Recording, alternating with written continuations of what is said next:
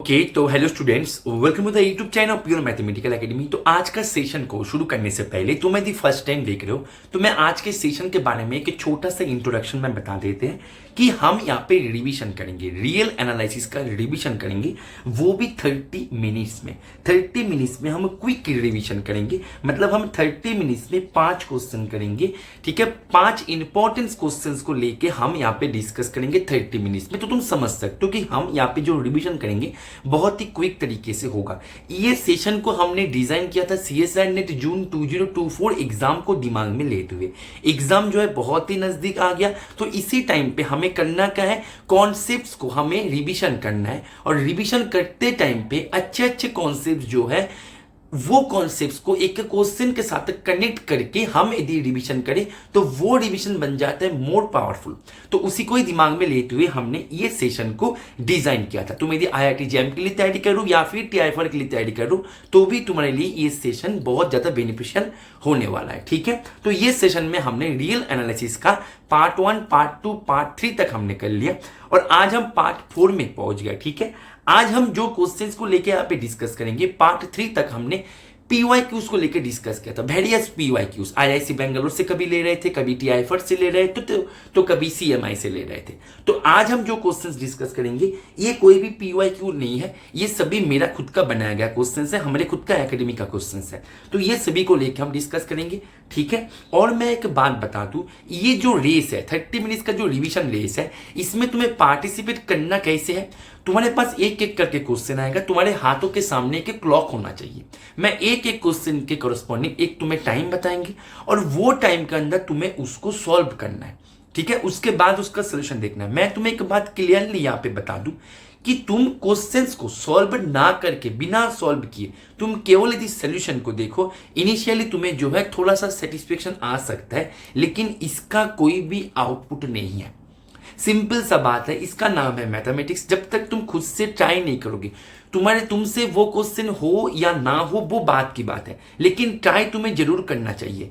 Without try तुमने यदि इसका सोल्यूशन देखा, तुम्हें इनिशियली तुम्हें बहुत लगेगा कि मैं बहुत कुछ हमें आ रहा है, लेकिन अल्टीमेटली तुम्हें जीरो है, क्योंकि तुमने खुद ट्राई नहीं की हो। इसीलिए मैं जो बोलूंगा कि यहाँ पे तुम्हारे पास एक क्वेश्चन के कॉरस्पॉन्डिंग एक टाइम आएगा और उसी पे ही वीडियो को तुम्हें रोक देना है, तुम्हें खुद से करना है, उसके बाद ही सोल्यूशन देखना है। सोल्यूशन सीधा देखोगे कोई भी आउटपुट नहीं मिलेगा। तो हम बढ़ते हैं फर्स्ट क्वेश्चन की तरफ। फर्स्ट क्वेश्चन हमारे पास यहाँ पे बोला जा रहा है, ये जो क्वेश्चन तुम्हारे सामने आ गया है, इसके लिए तुम टाइम ले लो 3 मिनट्स। जो मैंने अभी अभी बताया, बिना ट्राई किए तुम क्वेश्चन का सोल्यूशन मत देखना, हाथ में उतना टाइम नहीं है, एग्जाम बहुत ही नजदीक आ गया, ठीक है। तुम्हारे पास, मैंने आशा करते हैं तुमने ये बातों को मानते हुए तुमने इसको सॉल्व कर लिया या फिर ट्राई कर लिया, ठीक है। अभी मैं इसका सोल्यूशन पे मूव करते हैं। तुम्हारे पास एक फंक्शन दे के रखा है एफ एक्स के नाम से, और फंक्शन जो है, फंक्शन दिएगा ये प्रॉपर्टी को एंजॉय कर रहा है फॉर ऑल एक्स वाई के लिए।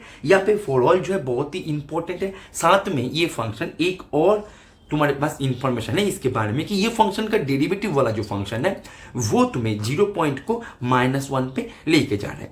अभी तुम्हें यहाँ पे बोला जा रहा है ये फंक्शन है पॉलिनोमियल, ये फंक्शन है एक्सपोनेंशियल, ये फंक्शन के बारे में या फिर ये फंक्शन के डेरिवेटिव के बारे में भी तुम्हें बहुत कुछ यहाँ पे चर्चा करने के लिए बोला जा रहा है। सबसे बड़ी बात यह है कि ये फंक्शन को ही हमने यदि ढूंढ लिया तो हमारा काम जो है काम बन जाएगा। अभी कुछ भी पूछ लिए फंक्शन के बारे में तो हम क्या करेंगे, वही काम करेंगे।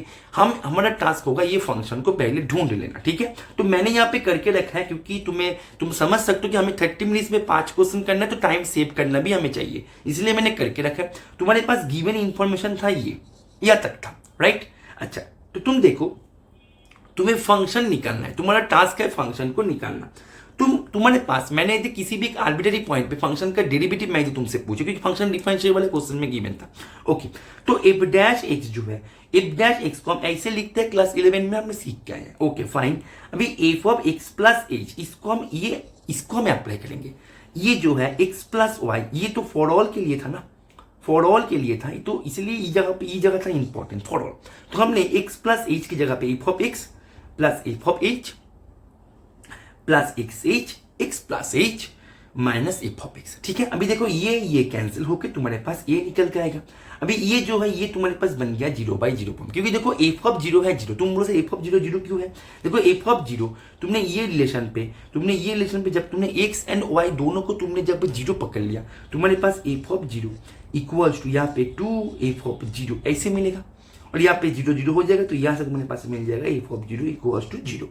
ठीक है, तो ये तुम्हारे पास मिल गया 0/0 फॉर्म। और 0/0 फॉर्म देखते ही तुम क्या अप्लाई करते हो? एल शॉपिटल, जो हम बचपन से सीखते हुए आ रहे हैं। ठीक है, तो जब हम अप्लाई करेंगे L'Hopital, after applying L'Hopital what we have this, तो हमारे पास एफ डैश एक्स मिल गया एक्स स्क्वायर -1, क्योंकि एफ डैश 0 का वैल्यू तुम्हारे पास -1 क्वेश्चन में था, हम कुछ नहीं किया, क्वेश्चन में था, राइट? ओके, तो जब तुम्हारे पास डेरिवेटिव का वैल्यू मिल गया, उसका इंटीग्रेशन करने के बाद जो फंक्शन है, फंक्शन तुम्हारे पास मिल जाएगा।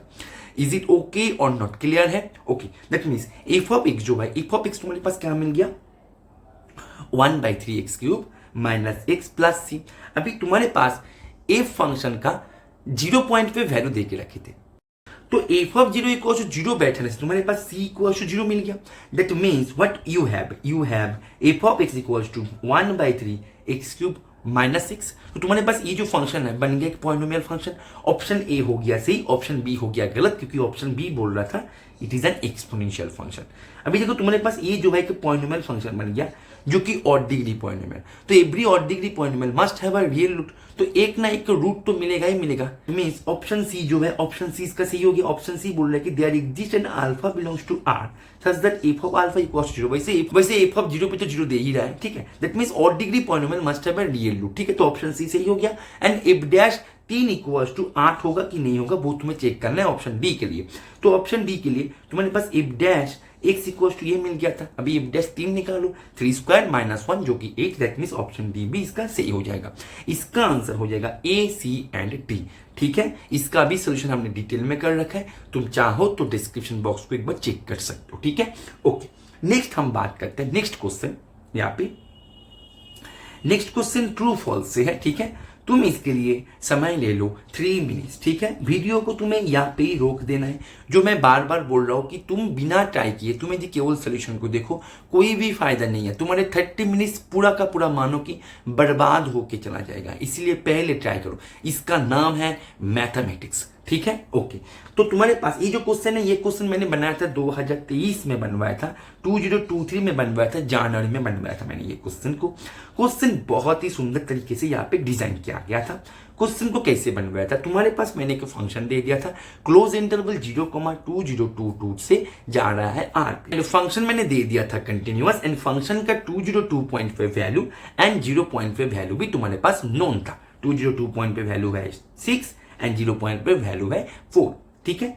तो यहाँ पे बोला जा रहा है कि देन वहां पे ऐसे ए एंड बी दोनों एग्जिस्ट करेगा वो इंटरवल से 0, close interval 0,2022 such that F of A हो जाएगा 1 प्लस एफ ऑफ बी के बराबर। क्या ये बात जो है, क्या ये बात सही है, ट्रू या फॉल्स?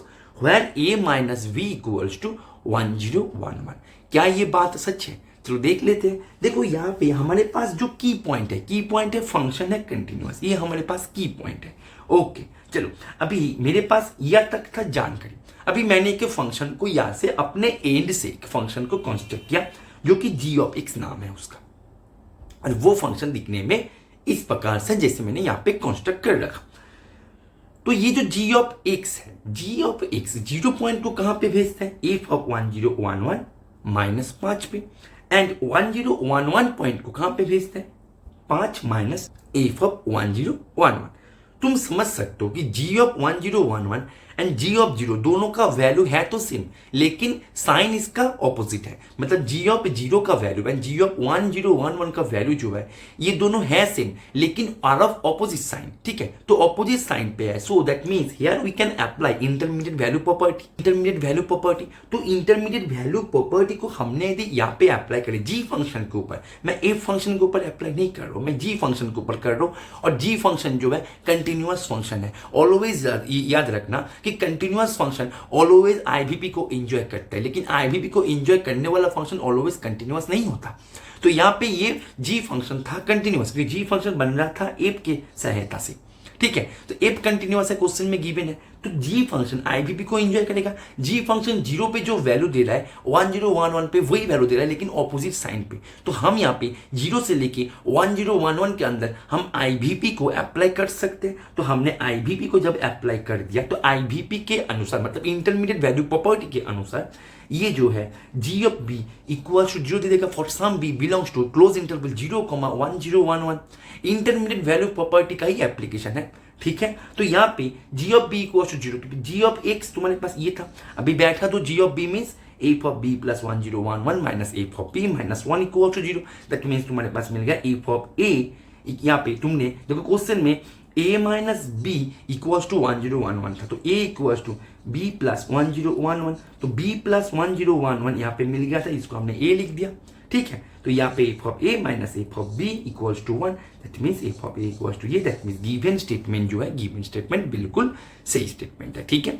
तो ये था कि क्विक रिवीजन, ये एक क्विक रिवीजन था। इंटरमीडिएट वैल्यू जो है बहुत ही इंपॉर्टेंट टॉपिक है, एग्जाम के पहले तुम्हें उसको रिविजन करके जाना ही है, ठीक है। तो उसके ऊपर एक क्वेश्चन भी हमने कर लिया, ठीक है, ताकि कॉन्सेप्ट जो है और भी गहराई में जाके हमारे दिमाग में स्टोर हो जाए, राइट। तो इसका भी डिटेल सोल्यूशन मैंने करवा के रखा है, तुम्हें यदि उसका जरूरत पड़े तुम एक बार डिस्क्रिप्शन बॉक्स में जाके इसका डिटेल सोल्यूशन भी तुम यहाँ पे जाके देख सकते हो, ओके। बट नेक्स्ट क्वेश्चन की तरफ, नेक्स्ट ये जो क्वेश्चन है इसके लिए तुम्हारे पास मैं समय दूंगा 1.5 मिनट, ठीक है, इतना कम, ठीक है, 1.5 मिनट बहुत ही कम समय है और ये क्वेश्चन करने के लिए 30 सेकंड से ज्यादा देना नहीं चाहिए, फिर भी मैंने 1.5 मिनट तुम्हें दे दिया, ठीक है। तो मैं उम्मीद करते हैं तुमने इसको ट्राई कर लिया। अभी मैं इसका सोल्यूशन पे मूव करते हैं। तुम्हारे पास यहाँ पे तीनों ऑप्शन पे तीनों अलग अलग करके सेट दे के रखा, ठीक है। ऑप्शन डी में तो कुछ भी नहीं है, नाम ऑफ द अबव है, ठीक है। अभी बोला जा रहा है कि कौन सा सेट काउंटेबल है, कौन सा सेट काउंटेबल है, ठीक है, ओके। चलो पहले हम बात करते हैं, यहाँ पे देखो कुछ चीजें हैं, कर्ली ब्रैकेट के अंदर कुछ है, ठीक है, थर्ड ब्रैकेट के अंदर कुछ है, तो ये सब चीजें जो है इसके बारे में जानकारी दे दिया कि कर्ली ब्रैकेट के अंदर ये जो है ये डिनोट करता है कि fractional part function, and box के अंदर ये डिनोट करता है ग्रेटेस्ट इंटीजर फंक्शन या फिर GIF फंक्शन, ठीक है, ओके। तो इसके बारे में तुम्हारे पास सफिशिएंट नॉलेज है, ये मैं पकड़ के चल रहा हूं, ओके फाइन। अभी मैं बात करते हैं फर्स्ट ऑप्शन सी के बारे में। कौन सा सेट यहाँ पे काउंटेबल है वो तुम्हें चेक करना है, इसको ध्यान दो।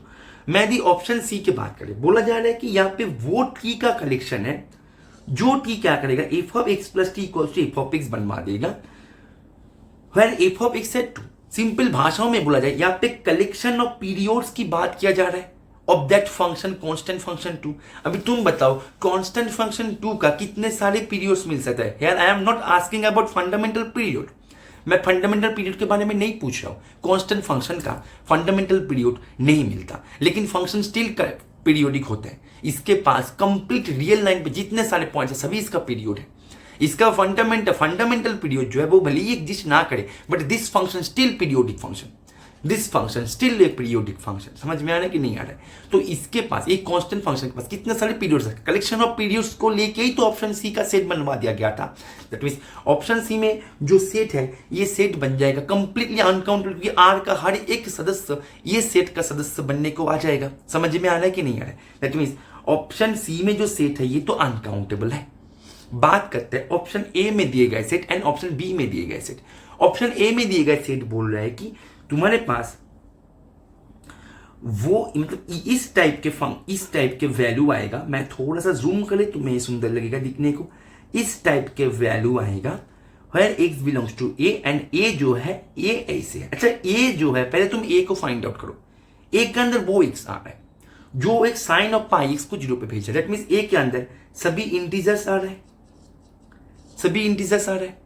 तो x जो है x a से आ रहा है, तो तुम्हारे पास यहाँ पे सभी इंटीजर्स आएगा।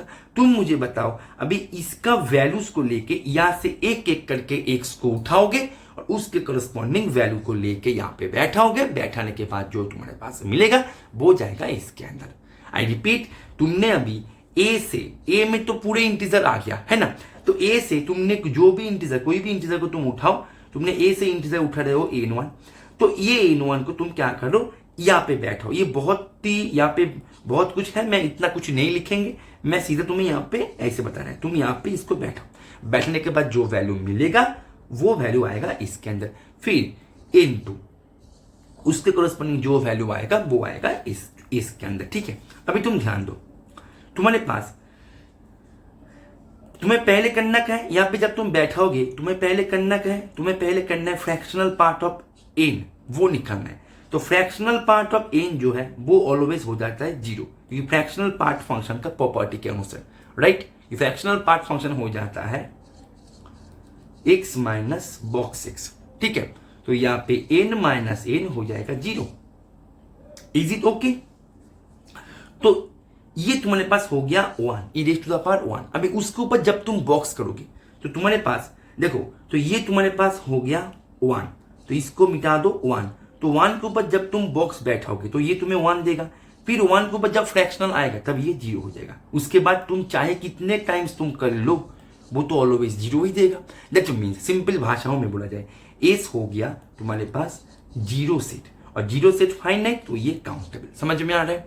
ऐसे करके ऑप्शन बी को देखो, ऑप्शन बी में तुम एक्स को तुम किसी भी जगह से रियल से उठा के लेके आओ, इसका वैल्यू जो भी होगा होगा, मेरा कोई इंटरेस्ट नहीं है इसका वैल्यू को निकालने का, मेरा कोई भी इंटरेस्ट नहीं है। लेकिन ये वैल्यू निकालने के बाद जो भी वैल्यू आएगा वो वैल्यू के ऊपर जब भी बॉक्स फंक्शन बैठेगा, बॉक्स फंक्शन ऑलवेज इंटीजर पे भेजता है, तो इंटीजर का फ्रैक्शनल पार्ट ऑलवेज 0 होता है। आई रिपीट, इंटीजर का फ्रैक्शनल पार्ट ऑलवेज 0 होता है by the property of fractional part function.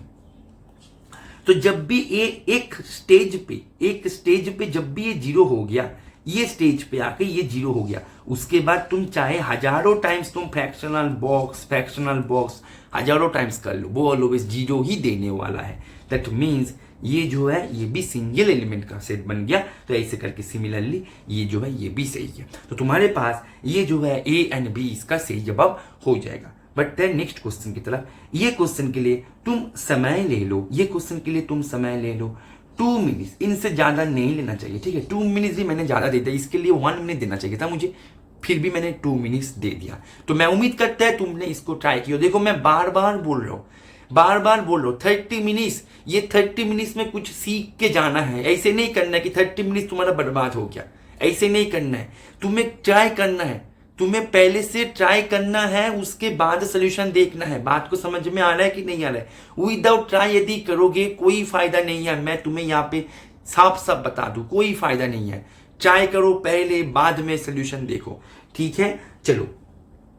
तो यहाँ पे तुम्हें यदि ये सेशन यदि बेनिफिशियल लगे, एक बार कमेंट जरूर कर देना कि सर ये सेशन बेनिफिशियल है, ताकि ये सेशन को हम आगे कंटिन्यू करें। तुम लोगों के इंटरेस्ट के ऊपर बेस करके ये सेशन रियल से लेके लीनियर कॉम्प्लेक्स के ऊपर भी ये सेशन हमने अलग से चला रहा है। ठीक है, तो रियल का 4 नंबर लेक्चर है, लीनियर का 2 तक हो गया, कॉम्प्लेक्स का 1 हुआ। ठीक है, ये सब आगे भी कंटिन्यू होगा, लेकिन तुम्हारे इंटरेस्ट के ऊपर बेस करके कमेंट जरूर करना। ठीक है, ओके। तो तुम्हारे पास एक सेट दे के रखा, सेट ऑफ ऑल फंक्शंस, जिसके पास एटलीस्ट एक पॉइंट पे डिसकंटिन्यूटी है। Set of all functions, S है सेट ऑफ ऑल फंक्शंस जिसके पास एटलीस्ट एक पॉइंट पे डिसकंटिन्यूटी है। बहुत सही, साथ में डिसकंटिन्यूटी है, साथ में फंक्शन इसको एंजॉय भी करे, सुंदर से रिलेशन दे के रखे।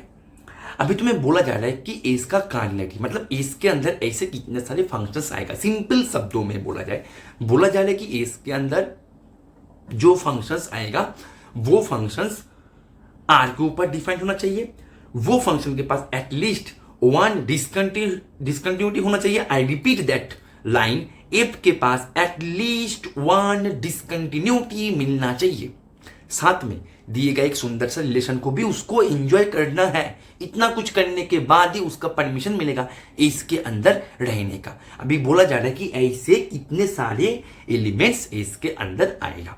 ठीक है, बहुत ही सिंपल तरीके से क्वेश्चन को बनाया गया था। ये क्वेश्चन मैंने बनाया था 2022 में। ठीक है, चलो। तो तुम्हारे पास फंक्शन तुम्हारे पास ऐसे दे के रखा है, तो जो कंडीशन को वो एंजॉय कर रहा है उसको हमने लिख लिया। अभी तुम ध्यान दो, ये जो है साइन मैंने दी बोथ साइड पे मॉड ले लिया। ठीक है, तो ये पे तो mod of F of X minus F of Y तो पहले से ही था, तो मॉड देने का कोई अर्थ नहीं बचते। फिर भी तो साइन जो है, sine E to the power X जो भी है इसको मैंने एक सीधा ही पकड़ ले। दैट मीन सिंपल भाषाओं में बोला जाए साइन फंक्शन मैक्सिमम तो 1 तक जाएगा, मैक्सिमम तो 1 तक जाएगा। दैट मीन्स इसको हमने less than equals to x minus Y into 1 कर सकते हैं, वही तो हमने किया यहाँ पे इसके नेक्स्ट लाइन पे। अभी देखो ये तुम्हारे पास एक लिस्टिस कंडीशन है। लिस्टिस कंडीशन किसको बोलते हैं मैं तुम्हें बता देता हूँ, तुम्हें क्या क्या चीजें यहाँ पे रिविजन करना है। लिस्टिस कंडीशन एग्जाम के पहले जरूर देख के जाना, बाय लिस्टिस कंडीशन एग्जाम के पहले जरूर देख के जाना। एक लिस्टिस कंडीशन यूनिफॉर्मली, लिस्टिस कंडीशन को एंजॉय करने वाला फंक्शन यूनिफॉर्मली कंटिन्यूअस हो जाता है, लेकिन यूनिफॉर्मली कंटिन्यूअस फंक्शन ऑलवेज लिस्टिस नहीं होता। ये सब जो है ये सब को जरूर देख के जाना, ठीक है, ये सब का जरूर देख के जाना। मैं एक कंप्लीट लिस्ट में एक बार बना देंगे, यदि मेरे को टाइम मिले एक लिस्ट में बना देंगे कि तुम्हें कौन कौन से टॉपिक को एक बार रिवीजन करना ही है, ठीक है। एक बार मैं इसके ऊपर एक लिस्ट बनवा देंगे यदि मुझे टाइम मिले तो, ठीक है। जो भी है कि लिस्ट कंडीशन को बहुत इंपॉर्टेंट है, इसको देख के तुम्हें जाना ही पड़ेगा। समझ में आ रहा है बात को? ओके, तो यहाँ पे ये फंक्शन क्या किया, लिस्ट चीज कंडीशन को एंजॉय किया, और लिस्ट चीज कंडीशन को एंजॉय करने वाला फंक्शन बन जाता है यूनिफॉर्मली कंटिन्यूअस, और यूनिफॉर्मली कंटिन्यूअस मींस फंक्शन बन जाएगा कंटिन्यूअस। लेकिन बोला जा रहा है कि फंक्शन के पास एटलीस्ट एक डिसकंटिन्यूटी मिलना ही चाहिए। मतलब देखो इसके अंदर जो फंक्शन आएगा वो फंक्शन को लिस्ट चीज भी मतलब एंजॉय करना पड़ेगा, साथ में डिसकंटिन्यूटी भी लेना पड़ेगा। अभी दोनों को एक फंक्शन कैसे एंजॉय करे, समझो। एक फंक्शन यदि वो डिसकंटिन्यूटी को एंजॉय करे तो लिस्ट चीज को एंजॉय नहीं करेगा, यदि वो लिस्ट चीज को एंजॉय करे तो डिसकंटिन्यूटी को एंजॉय नहीं करेगा। लेकिन वो बोल रहा है कि दोनों को एक साथ करना है, तो दोनों को एक साथ करने वाला फंक्शन पूरी दुनिया में नहीं मिलेगा ऐसे कोई फंक्शन। दैट मींस एस है एम्प्टी, एस है एम्प्टी, एस के अंदर ऐसे कोई भी फंक्शन नहीं मिलेगा, ठीक है। दैट मींस एस है एम्प्टी, आंसर हो जाएगा ऑप्शन डी, ठीक है। यहाँ पे बोला जा रहा है फाइनाइट बट एग्जैक्टली 1, केवल फाइनाइट बोल देते तो हम इसको टिक कर देते क्योंकि एम्प्टी सेट जो है वो फाइनाइट ही माना जाता है। लेकिन यहाँ पे बोल रहा है कि एग्जैक्टली 1 फाइनाइट है लेकिन एम्प्टी नहीं है, एग्जैक्टली 1, तो ये गलत बता रहा है। ऐसे करके ऑप्शन डी गलत बता रहा है, ऑप्शन सी भी गलत बता रहा है, काउंटेबली इनफाइनाइट दे रहा है, ठीक है। लेकिन वो फाइनाइट है, नॉर्मल फाइनाइट, ठीक है। दैट मींस ये गलत है, इसका आंसर जो है आंसर हो जाएगा ऑप्शन डी, ठीक है। बढ़ते हैं नेक्स्ट क्वेश्चन की तरफ। ये जो क्वेश्चन है, हाँ, ये क्वेश्चन के लिए मैं तुम्हें बोलूंगा कि ये क्वेश्चन के लिए तुम थोड़ा सा समय लो, 4 मिनट ले लो, ठीक है। इसके लिए तुम 4 मिनट ले लो, तुम चाहो तो 5 मिनट तक भी तुम ले सकते हो, ठीक है। इनसे ज्यादा नहीं, 5 मिनट से ज्यादा नहीं, ठीक है। चलो मैं तुम्हें 5 मिनट दे रहा है इसके लिए, ठीक है। तुम्हें ये क्वेश्चन के लिए 5 मिनट समय, मैं आशा करता हूं तुमने इसको 5 मिनट में तुमने इसको कोशिश किया एंड तुमने इसको सॉल्व भी किया। सोल्यूशन को देखो, तुम्हारे पास यहाँ पे तीनों फंक्शन देखे रखा, फंक्शंस आ रहा है, फंक्शंस ऑफ सेवरल वेरिएबल, ठीक है। ओके, तीनों फंक्शन में से कौन सा फंक्शन कंटिन्यूअस है वो तुम्हें चेक करना है। एक बात मैं बता दूं, कंटिन्यूटी चेक करते टाइम पे तुम चाहो तो डेफिनेशन पहले ही अप्लाई कर सकते हो, लेकिन मैं तुम्हें एक ट्रिक बता दूं कि जब भी तुम कंटिन्यूटी चेक करोगे शुरू में तुम एक बार चेक कर लो लिमिट एग्जिस्ट कर रहा है कि नहीं। यदि लिमिट एग्जिस्ट ही नहीं कर रहा तो तुम्हारा काम तो आसान बन गया ना। कंटिन्यूअस होने के लिए लिमिट तो एग्जिस्ट करना ही पड़ेगा। मैं एक बार भी ये बात नहीं बोल रहा हूं कि लिमिट एग्जिस्ट करे इसका मतलब ये है कि वो कंटिन्यूअस है, नहीं, ऐसे मैंने नहीं बोला। मैंने बोला कंटिन्यूअस होने के लिए एटलीस्ट लिमिट कम से कम मिनिमम उसको लिमिट को तो मतलब एग्जिस्ट करना ही पड़ते। जब वो लिमिट को ही एग्जिस्ट नहीं करेगा तब हम कंटिन्यूटी के बारे में क्यों सोचेंगे उतना दूर तक, समझ में आ रहा है कि नहीं आ रहा है। इसलिए फर्स्ट तुम क्या करो, देखो कि ये कंटिन्यूटी लिमिट को एंजॉय कर रहा कि नहीं कर रहा, ठीक है। ओके फाइन, तो हम क्या करेंगे, लिमिट हम जब सिंगल वेरिएबल काम करते हैं, जब हम सिंगल वेरिएबल काम करते हैं, सिंगल वेरिएबल में हम पॉइंट का left hand right hand check करते हैं, हमारा काम बन जाते।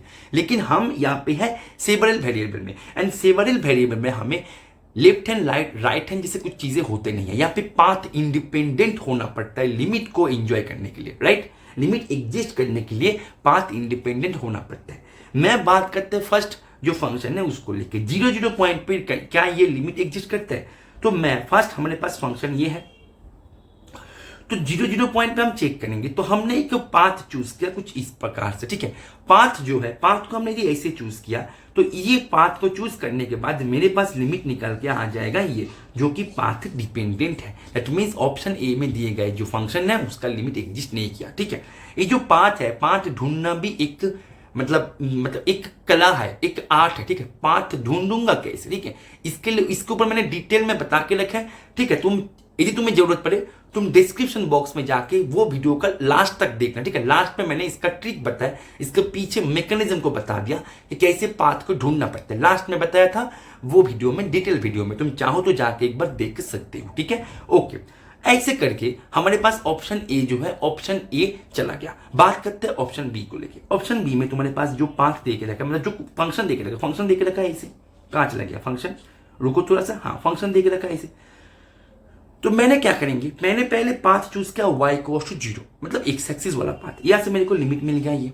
अभी मैंने चूज किया y equals to x square, parabola जैसे के पाथ को मैंने चूज किया, यहां से मेरे को लिमिट मिल गया -1, ठीक है। तुम चाहो तो एक बार कर सकते हो, यहाँ पे 0/0 फॉर्म बनेगा, फिर तुम यहाँ पे एक छोटा सा कैलकुलेशन है, 0/0 फॉर्म में एल्फाबेटल यूज करके तुम कर सकते हो, ये तुम्हारे पास मिल जाएगा -1, मतलब लिमिट एक बार y इक्वल्स टू 0 पाथ पकड़ने से लिमिट मिल गया 0, एक बार y equals to x square parabola जैसे पाथ निकालने पर, मतलब पकड़ने पर तुम्हारे पास लिमिट मिलेगा -1। दैट मीन्स लिमिट जो है, लिमिट पाथ इंडिपेंडेंट नहीं बना, पाथ डिपेंडेंट बन गया। दैट मीन्स ये जो है इसका भी लिमिट एग्जिस्ट नहीं करेगा। लिमिट एग्जिस्ट करेगा दैट मीन्स क्या है, फंक्शन ऑफ सिंगल वेरिएबल में, तुम फंक्शन ऑफ सिंगल वेरिएबल में नहीं हो, single variable left hand right hand कर लो, हो जाएगा, इक्वल है तो हो जाएगा, लेकिन नहीं, सेवरल वेरिएबल में पाथ इंडिपेंडेंट होना चाहिए।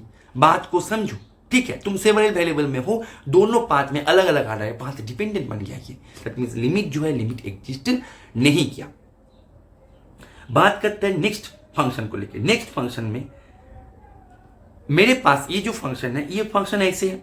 अभी मैंने यदि ये पाथ को चूज कर लिया, तो ये पाथ को चूज करने के बाद मेरे पास इसका limit as x tends to infinity 1/m पे चला जाएगा, जो कि डिपेंडेंट है, मतलब फिर से इसका लिमिट जो है वो डिपेंडेंट बन गया, मतलब यहाँ पे फिर से लिमिट जो है ये पाथ डिपेंडेंट बन गया, एम के ऊपर वेरी हो गया, अलग अलग एम को तुम पकड़ोगे उसके करस्पॉन्डिंग अलग अलग एम तुम्हें मिलता हुआ जाएगा। दैट मीन्स सिंपल शब्दों में बोला जाए, ऑप्शन सी का भी लिमिट एग्जिस्ट नहीं किया at x equals to x y equals to 0 point पे। समझ में आ रहा है? दैट मीन्स ऑप्शन सी में जो फंक्शन है वो भी कंटिन्यूअस नहीं बने, तो देयरफॉर इसका एक भी फंक्शन कंटिन्यूअस नहीं है। ऑप्शन डी हो जाएगा नॉन ऑफ द अबव, ठीक है। तो इसका आंसर हो जाएगा ऑप्शन डी। तो हमारे जो 30 मिनट्स का रिवीजन रेस है, रिवीजन रेस आज यहीं पे खत्म होता है 5 क्वेश्चन के साथ, ठीक है। तुम्हें यदि ये रिवीजन सेशन से तुम्हें यदि बेनिफिट्स मिले, तुम इसके ऊपर एक बार कमेंट जरूर कर देना, ठीक है, क्योंकि तुम्हारे इंटरेस्ट के ऊपर बेस करके ये सेशन आगे कंटिन्यू हो जाएगा, ठीक है। तो उम्मीद करते हैं ये सेशन को तुमने एंजॉय किया।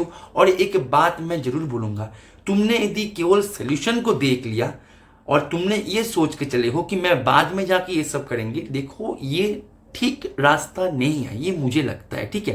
क्योंकि मैथमेटिक्स एक ऐसे सब्जेक्ट है, इसका सुंदरता ही ऐसे है, तुम जब खुद करोगे, जरूरी नहीं कि तुम सही करो, तुम करो, तुम्हें सफलता मिलेगा ये नहीं है। मानो तुमने फर्स्ट क्वेश्चन किया, ये जो नहीं कि फर्स्ट क्वेश्चन में ही तुम्हें सफलता मिल गया, तुमने सही से इसको कर लिया करेक्टली, नहीं, लेकिन तुम ट्राई करो, ठीक है।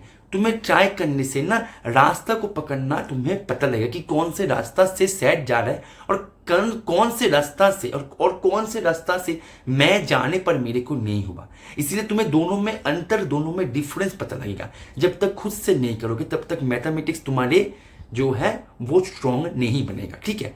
तो उम्मीद करते हैं ये सेशन को तुमने एंजॉय किया, इस सेशन को तुमने एंजॉय किया। ओके, चलो पढ़ते रहो, हैप्पी लर्निंग।